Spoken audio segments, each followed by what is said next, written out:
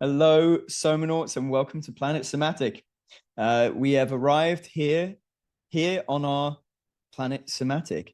You are joining us from all over the globe, from all over this Planet Somatic. You're it. You are Planet Somatic. You were here the whole time. So here we are, 24 hours to reconnect us with that somatic reality of our experience. Some of you may be new to somatics and be curious and discovering what is this concept of somatics, and how do I understand that, relate to it, and what can that do for me in my life and for the lives of my clients, for those people I serve. And some of you will be familiar with somatics and will be wanting to find like-minded peers, a community of people who you can join with in celebration of our somatic experience, our somatic existence here on the planet Somatic. So I am Nathan Blair. I am the founder of the Somatic School. And I'll pop up a few slides occasionally to help us along with some visual cues as well. The Somatic School was the UK's first accredited ICF, or International Coaching Federation accredited somatic coach training provider. We're the world's first somatic coach training provider to be awarded the ICF's new level 2 accreditation. And just last year, we were recipients of an honorable mention for the Distinguished Coach Education Provider at the ICF Impact Awards 2024. At this point, we've now trained over 600 body-oriented coaches across 40 plus cohorts in almost every country in the world to work skillfully with the body's intelligence. Because as a species, we believe that we are now ready to remember that all of us, without exception, are interconnected and whole. See, one thing that unifies us is that we're all embodied. There is not a single person on this planet who doesn't have a body. All different shapes, shades, and sizes, but a body nonetheless. And somatics really relates to the central role of the body in our lives. It is our primary relationship, you could say, and our psychology is intrinsically connected to our bodily experience. But many of us still feel disconnected. I've said recently that I've come to trust both and systems far more than either or ones. I'm talking about an all-embracing integrative approach that includes rather than excludes and sees the system as a whole. Here is a little slide to give you an idea of the journey that we're about to embark on at Planet Somatic. From division to unity, dichotomy to harmony, brokenness to wholeness, fragmentation, unification, disconnection to reconnection, separation to integration, independence to interdependence, isolation to interconnection, polarity to dipolarity, dualism to non-dualism, and either or, as we said, to both and. Now, picture the arrows on this visual as returning to rather than moving towards. So when we say division to unity, we could say from a division, a return to unity, from dichotomy, a return to harmony, from brokenness, a return to wholeness. So imagine the arrows as returning to rather than moving towards. And try this on for size. Already here. Already whole. Already supported. Perfectly imperfect. How does that feel for you? Many of these dichotomies are imposed and arbitrary. And so in that sense, the journey of reconnection, in our opinion, is a subtractive one. You see, somatics is a unifying view of the world. We all have this shared experience in the way that we understand ourselves, interact with one another, and come to know the world around us, entirely shaped by our sense perceptions, by our corporeal nature, you could say. For some of you, if this feels like some of this is unfamiliar to me, some of this, well, I want to tell you right now, there's nothing new here. This is as natural as it gets. So how do we get here? Some of you may have heard of the philosopher René Descartes, and I want to just take a little trip through history. Let's take a little time machine back and explore how we arrived where we are today. René Descartes, the philosopher, is famous for saying, "I think, therefore I am." Familiar to some of you? I think, therefore I am. Do you recognize that one? René Descartes is renowned for radicalizing this distinction between mind and matter, the brain and the body. And for Descartes, there was a privilege to the former over the latter, to the mind over matter. Familiar with that expression? Mind over matter? To the brain over the body, the rational, logical, propositional reasoning, meaning-making brain, conceptual abstraction over the body. Perhaps intuitive, but emotional and non-linear. There was a privileging of the former over the latter. And we see this fingerprint of what's known today as the Cartesian split. We see the fingerprint of this everywhere in Western society, in particular in the Western world, but also in modern society, the globe over today. Perhaps because of the influence of globalization, of modernity, in every area from science to sports to fashion, we can see echoes of the Cartesian split.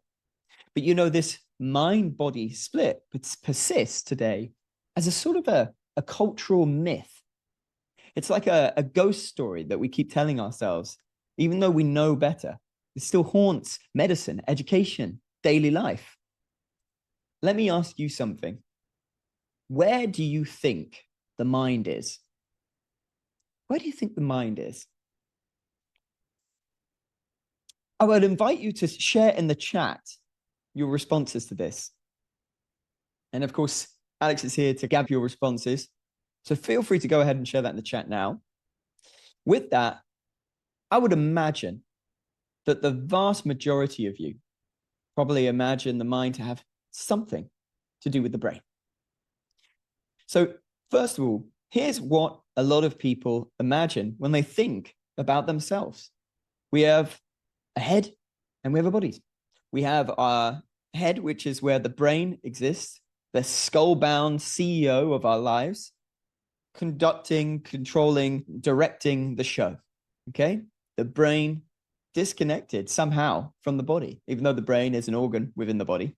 So funny concept there, but we would even separate it out. Already we're beginning to unpick some of these arbitrary dualities, this kind of dichotomy. If you're here at Planet Somatic, I imagine you're already challenging this view that the body is merely a taxi for the brain, or that we have this skull-bound computer that runs the show. There's this idea here that there's a separation, a split, as shown in this little image here of this little person. But let's take a little look at brains, a little word on the brain. In July 2007, a 44-year-old French man went to hospital complaining of a mild weakness in his left leg. What they discovered was a huge fluid-filled chamber where you would expect his brain to be. Occupying the vast majority of the man's skull, there was just a fluid-filled chamber. Here's a healthy brain on the right.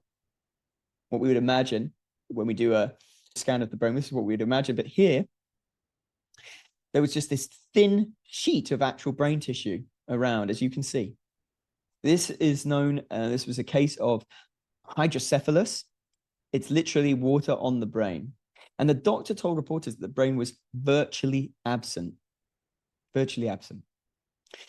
The patient was a married father of 2 children and worked as a civil servant, holding down a career, working normally. He was living a completely normal life. He had a family, he worked.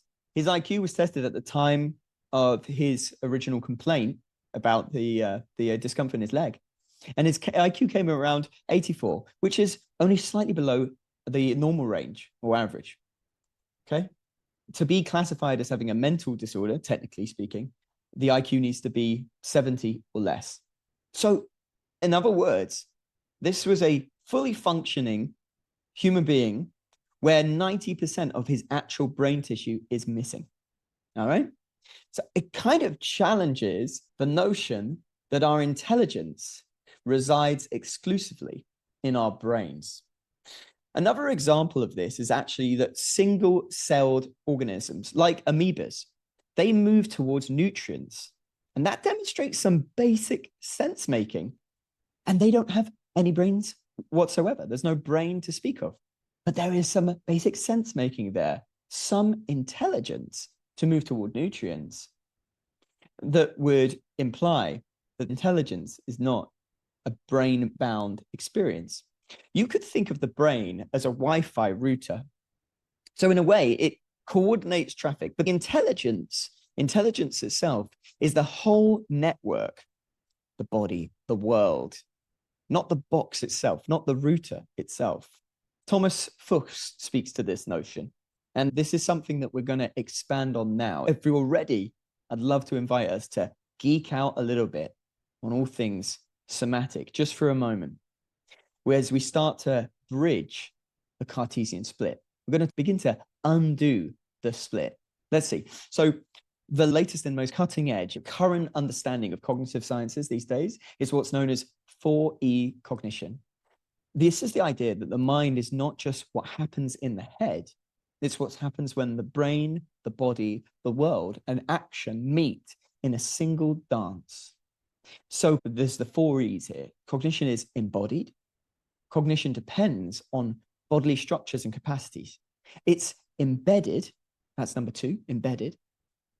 Cognition is situated in a real world context. Our environment shapes our cognition. It's enacted. Cognition is enacted through active engagement. Our participation in the world, the way we move, the way we act in the world, the actual way that we participate in life shapes our cognition. And extended cognition can actually include external tools and artifacts. The way that we work with tools, the way that we work with post-its and notes and things around our homes, for example, can actually be one of the ways that we scaffold our own mind and our own thinking in our environment. So cognition is embodied, it's embedded, it's enacted, and it's extended. A recent book by Thomas Verney was published called The Embodied Mind. And this is really providing this scientific foundation for the claim that cognition, memory, and even aspects of consciousness arise from the body as a whole system, not merely the brain. So this is a holistic, systemic view of intelligence. And memory, even memory as embodied phenomenon, that memory itself is stored and processed not only in neurons, but across cells throughout the body. So there's this notion of cellular memory. Say, for example, you have a transplant recipient, let's say a heart transplant. Sometimes they'll develop new food cravings, emotional tendencies, preferences that resemble the donor. Verney suggests that this speaks to the notion of cellular memory, that memories themselves even are in the cells of our body. The body, therefore, is, just to make it relatable here, it's like a distributed cloud server. Your memories and intelligence aren't just stored in one central hard drive in the brain, for example, but they are distributed across the network, our organs, our tissues, our cells. When we get a gut feeling, when you just know something's off, the gut really is thinking with you there. So thinking, intelligence distributed throughout our bodies. In fact, someone named Damasio, who wrote a book called Descartes' Error, which is very much speaking to what we're talking about now, shows that the feelings that arise from physiological states actually guide and shape rational decision-making. So if we're choosing a meal from a menu, for example, okay, and this has been studied scientifically, if you had no emotional gut feel, let's say, you'd be paralyzed by endless rational analysis. You would be unable to make a simple decision. It's your body that tips the scale when we're making what we think are rational decisions devoid of emotion or embodied experience. And actually, both emotions and our embodied experience play a pivotal and central role to how we make decisions. Let's take this a little further. If you take the extended mind theory, you can look at Annie Murphy-Poole has done some great work around this. Some science around this is she's saying that we can actually think better when we stop trying to think so much with our brains alone. Yeah, bodily states and actions are central to cognition. They're not just peripheral. They're not just on the outside. Another person who takes this into the embodied cognition space, Guy Claxton, intelligence is not exclusively a property of the brain. but fundamentally embodied. And he actually critiques Cartesian view of the body as merely a vessel or a support system for the brain, but instead the body is actively participating in thinking, learning, decision-making, like we mentioned. You can imagine intelligence to be a little like a jazz band. It's not like a solo pianist, okay? Your whole body plays together in a real-time improvisation.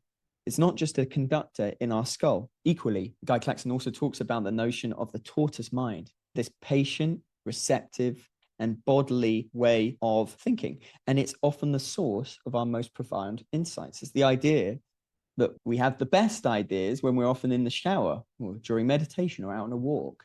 I want to kind of last few points on this just to kind of really wrap us up in undoing the Cartesian split.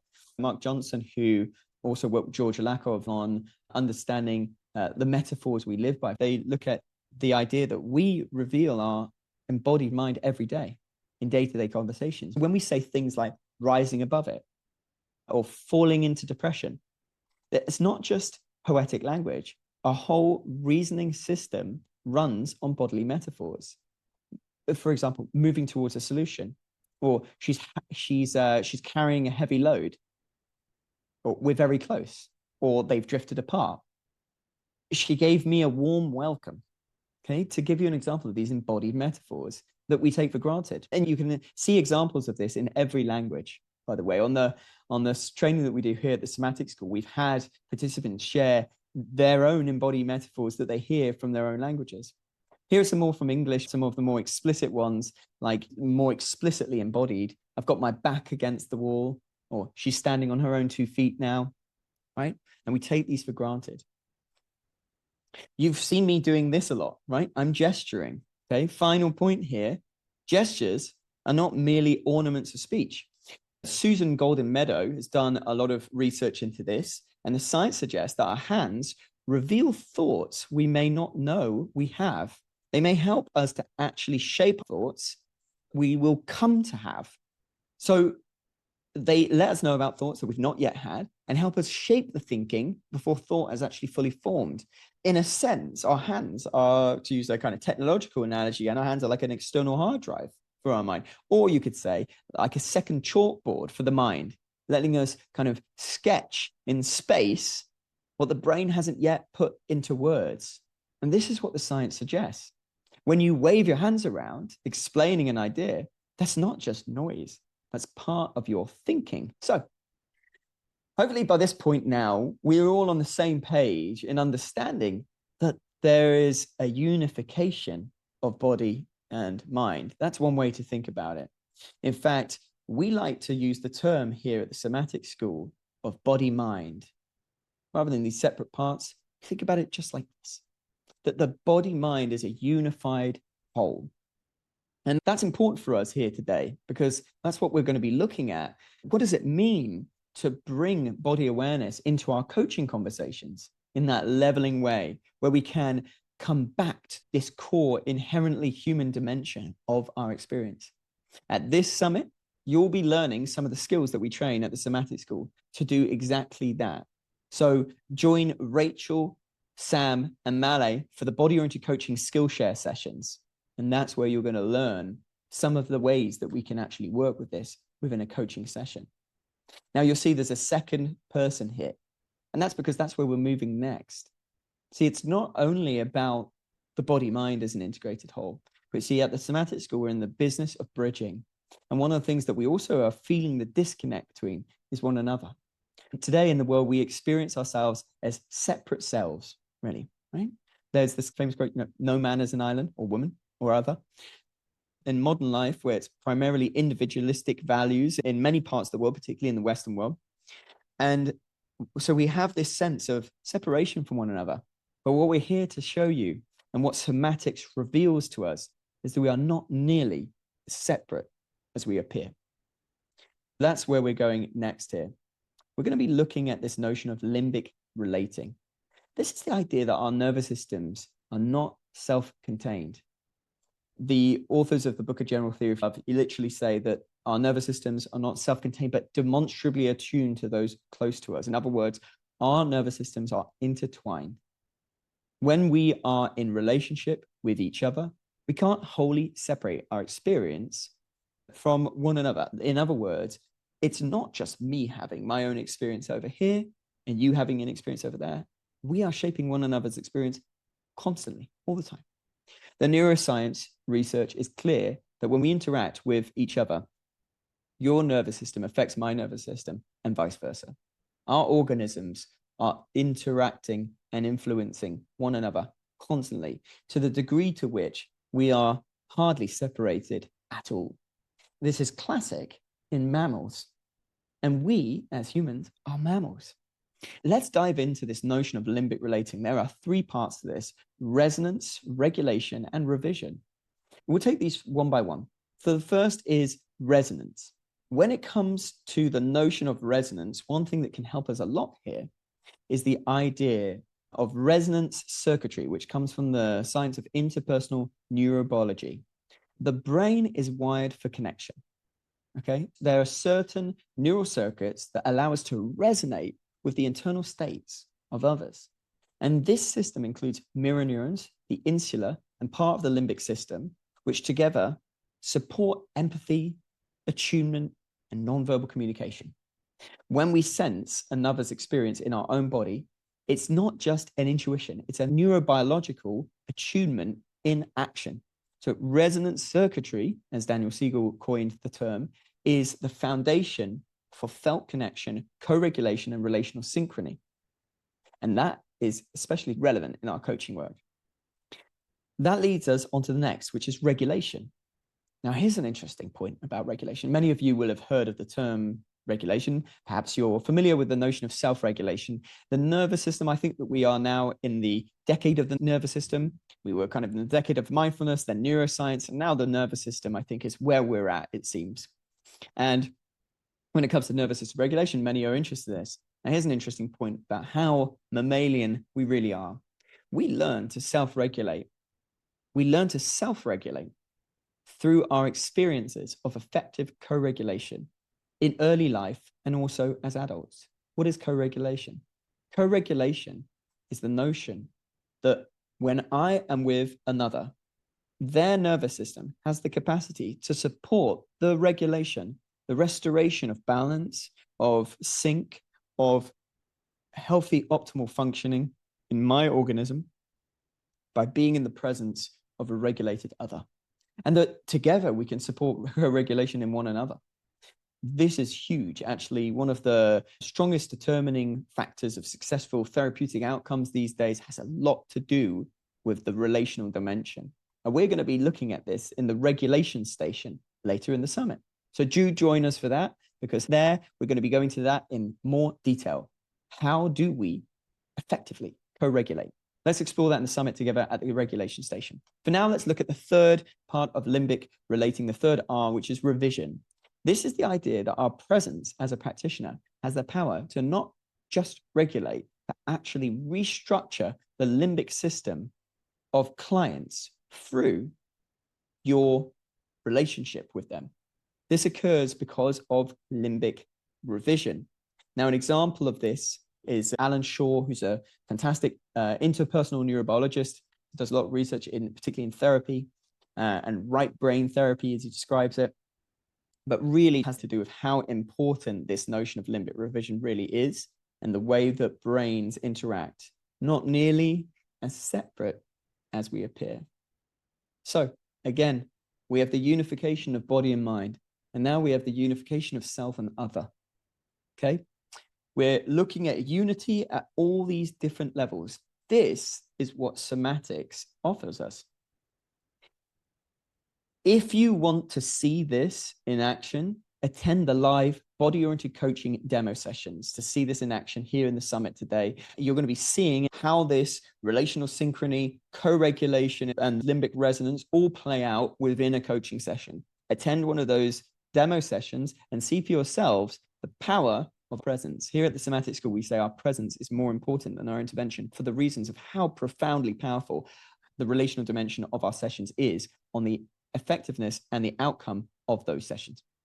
See, but body-oriented coaching does not only transform how we relate to ourselves, our own body-mind, or to others, whether in coaching or in daily interactions, it changes the way we relate to the world around us.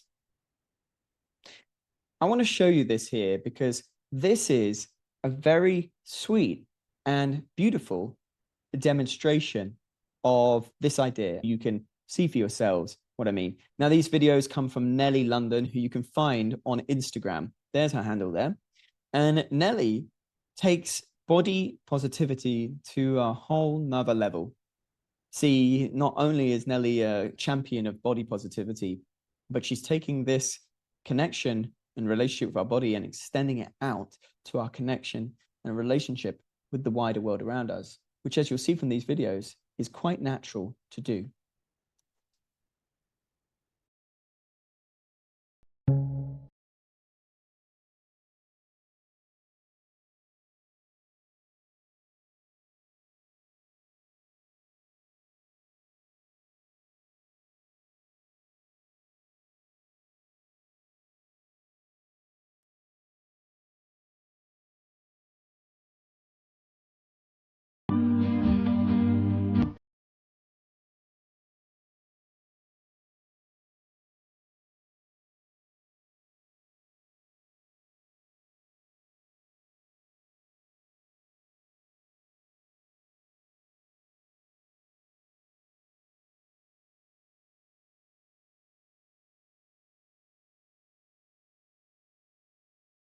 There you go. Beautiful examples of how we can see almost the fractal nature of our own human being, of our own human experience, there reflected in the natural world. Now, why is that? Because we are nature, right? We are born of this earth, this natural planet, this planet somatic. We are of nature, we are nature. And yet, so often we separate ourselves. The notion that we are separate from the world around us, the humankind, and then there's the natural world. But we are indeed nature. The Chinese call this natural patterning that Nellie has just so beautifully illustrated. They call this Li. And the idea is that there's this natural patterning found all throughout nature, including our own bodies. If you ever want to get out into nature, get into your body. And there's a great opportunity to explore nature right here in any moment, even when you're sat in an office building. Here's the thing. This is nothing new. This connection that we have with our own bodies, with each other and the world around us, there's nothing new. We partnered with an organization called Flourishing Diversity for a year on our membership program, and every month gave a platform to people from non-dominant cultures all around the world. Each of these speakers shared a worldview of the body, mind, and the interconnectedness with the web of life. These are people who can feel the presence of animals, sense the location of water sources, and accurately intuit each other's thoughts and intentions. They can even sense the medicinal qualities in plants. Now, here's an idea, though. Imagine this concept, right? What we might call the Eden myth, the Garden of Eden. Now, let's take this. Let's use this story as almost like a mythopoetic way of thinking about what we're talking about here. This notion that we are in communion with all things, ourselves, each other, the world around us, the more than human world. What if we never actually left the garden? What if the potential for this kind of relationship with ourselves, each other, and the world around us is right here, right now? Let me pose that question to you, and maybe you can share in the chat what comes up for you in response to that question there. Go ahead and share that in the chat now, and Alex will gather those, and you can maybe unpack those a bit later. But there's something to just ponder on for a moment. And as you do that, I want to share with you a little quote here. This comes from one of my favorite books ever. It's called Original Wisdom by a psychologist and anthropologist, you could say, called Robert Wolfe. Wrote a book called Original Wisdom, Stories of an Ancient Way of Knowing. Now, Robert Wolfe, having grown up in Malaysia, spent several years with the Singoy tribe of the Orang Asli of Malaysia, the Orang Asli people of Malaysia. And This is what he said. He studied and documented examples of what we just spoke about, this unbroken connection to the wider world around us, to ourselves and one another, those intuitions, those full sensory capabilities that allow us to be in communion with all things. He says this: all who are in touch with the natural world can sense energies, emotions, and intentions of people and animals. If we listen, we can know. All we need to do is give up being in charge. Knowing inside is not something unusual. It is how we are. All humans can have the connection with all that is. The connection is within us. This is a big part of what we're doing here.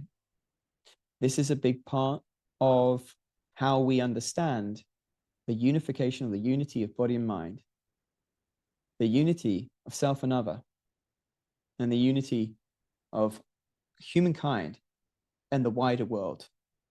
And this is really what we're working with here. Like I said, at the Somatic School, we are in the business of bridging. And here you are at Planet Somatic, bridging divides. But remember, unity is not uniformity. We are unified by the facts of our embodied existence, yet entirely diverse based on where that body exists in space, our location on this planet Somatic, the climate, the ecosystem, communities we belong to, all shape our reality. Remember, minds are embodied and embedded. So on our diverse bodies, diverse practices panels at the summit today, we'll be looking at how do people relate to the body-oriented coaching skill set through the lens of their own personal culture and their own background. Now, just a final thought then, before we kick off the summit officially. Human experience is inherently somatic, as I hope you've gathered today. And it's our somatic experience that unifies humankind. This planet is somatic. There's no other way to experience life other than through our bodies. And the more we embrace our wholeness, the better we think. Intelligence beyond the intellect. It's time to reconnect. Human flourishing is inherently relational. Body-minds interacting is not only how we survive, it's how we thrive. And our bodies are an expression of nature. We are our bodies. We are nature. We are born and belong to this earth. We are not apart from it. This planet is somatic. It always has been. A truth that was forgotten, but never lost. Dear Somanaut, here at Planet Somatic, I'm wishing you a safe return and a happy remembering.